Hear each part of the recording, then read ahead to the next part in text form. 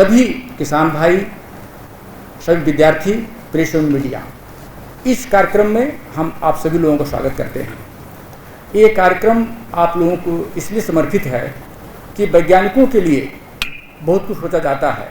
जैसे European union का यूपो है, जिसमें कि प्लांट ब्रीडर, उनके अधिकार क्या है, उनके अधिकार का संरक्षण कैसे हो। मगर विश्व में पहला अपना देश भारतवर्ष, जहाँ पर कि किसान भाइयों और बहनों के हित के लिए क्या होना चाहिए, यह सोच करके 2001 में अधिनियम बनाया गया, जिसके अध्यक्ष इस समय हमारे परम श्रद्धेय डॉक्टर त्रिलोचन महापात्रा जी हैं।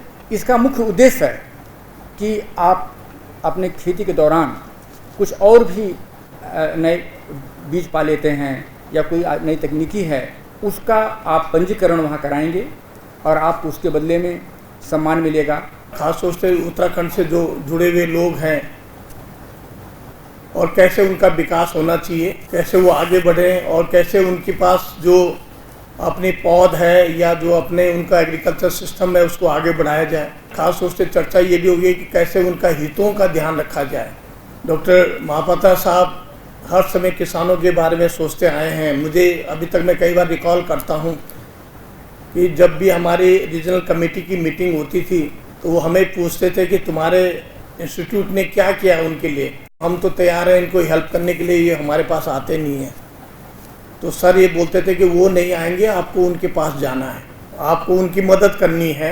6-7 साल के दशक में जब से प्रोफेसर महापात्रा ने लीडरशिप दी है, कई चेंजेज आए हैं और आज की डेट में हम ये कहते हैं कि हम लगभग हर चीज़ में सरप्लस है। मेरे कुलीग डॉक्टर मनमोहन सिंह जी चौहान साहब ने जब से कार्यकाल संभाला है, हमने कहा 1-11 हो जाते हैं, वो जो केमिस्ट्री हमारे बीच में रही है और पंतनगर विश्वविद्यालय का जो आपकी बेबी बरसार विश्वविद्यालय है उसको चलाने में सहयोग मिलता रहा। तो मैं आपका धन्यवाद भी सबसे स्वागत करना चाहूँगा। और भारत एक ऐसा देश था जिसने ये सोचा कि नहीं, ये अधिकार हमारे किसानों को भी होना चाहिए।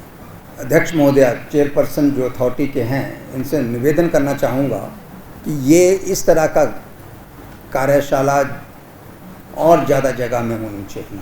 मैं अपने तरफ से एवं ये भारत सरकार के पौधा किस्म एवं किसान अधिकार संरक्षण प्राधिकरण के तरफ से स्वागत करता हूं कि आप सब लोगों ने यहाँ इतने संख्या में उपस्थित हुए हैं। धन्यवाद दूंगा डॉक्टर चौहान साहब का कि बहुत कम समय था, चौहान साहब खुशी खुशी ग्रहण किया, प्रस्ताव को स्वीकार करते हुए उसका आयोजन भी कराया। और सर्वप्रथम डॉक्टर जायसवाल साहब और डॉक्टर चौहान साहब अपने अध्यक्षीय भाषण में और डॉक्टर कौशल साहब भी संक्षिप्त में आपके सामने रखे हैं। लेकिन ये जो प्राधिकरण है, भारत सरकार का ये जो एक्ट है, ये खाली किसान के लिए नहीं है लेकिन वैज्ञानिकों के लिए भी है। जलवायु परिवर्तन को हम पूरा तो रोक नहीं सकते लेकिन उसका प्रभाव को कम कर सकते हैं, ये तो प्रयास जारी है।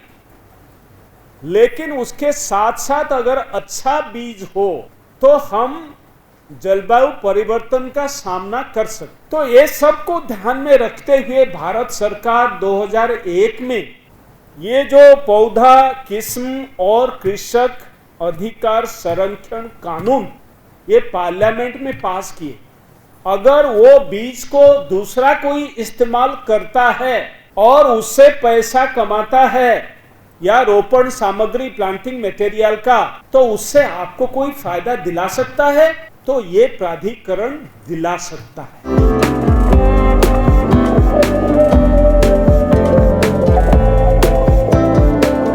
इस अधिनियम को आने के लिए विश्व व्यापार संगठन का जो समझौता हुआ 1 जनवरी 1995 को लागू हुआ। विश्व व्यापार संगठन की जो धारा 27(3)(b) है, उसके तहत समस्त सिग्नेटरी देशों को इसमें एक अधिनियम लागू करना था, जिसमें भारत सरकार ने सुई जनरस सिस्टम लागू करके इस अधिनियम को लागू किया। हमारे यहाँ आप देखिए कि जब खेत भी होता है तो कभी भी खेत में हम ढंग से मेन तक नहीं बनाते ढंग से, और जो पानी आता है वो बह भी जाता है, और बह के साथ साथ जो भी उसके जो ऑर्गेनिक जितने भी कंटेंट्स हैं गुणवत्ता वो भी साथ साथ बह जाता है।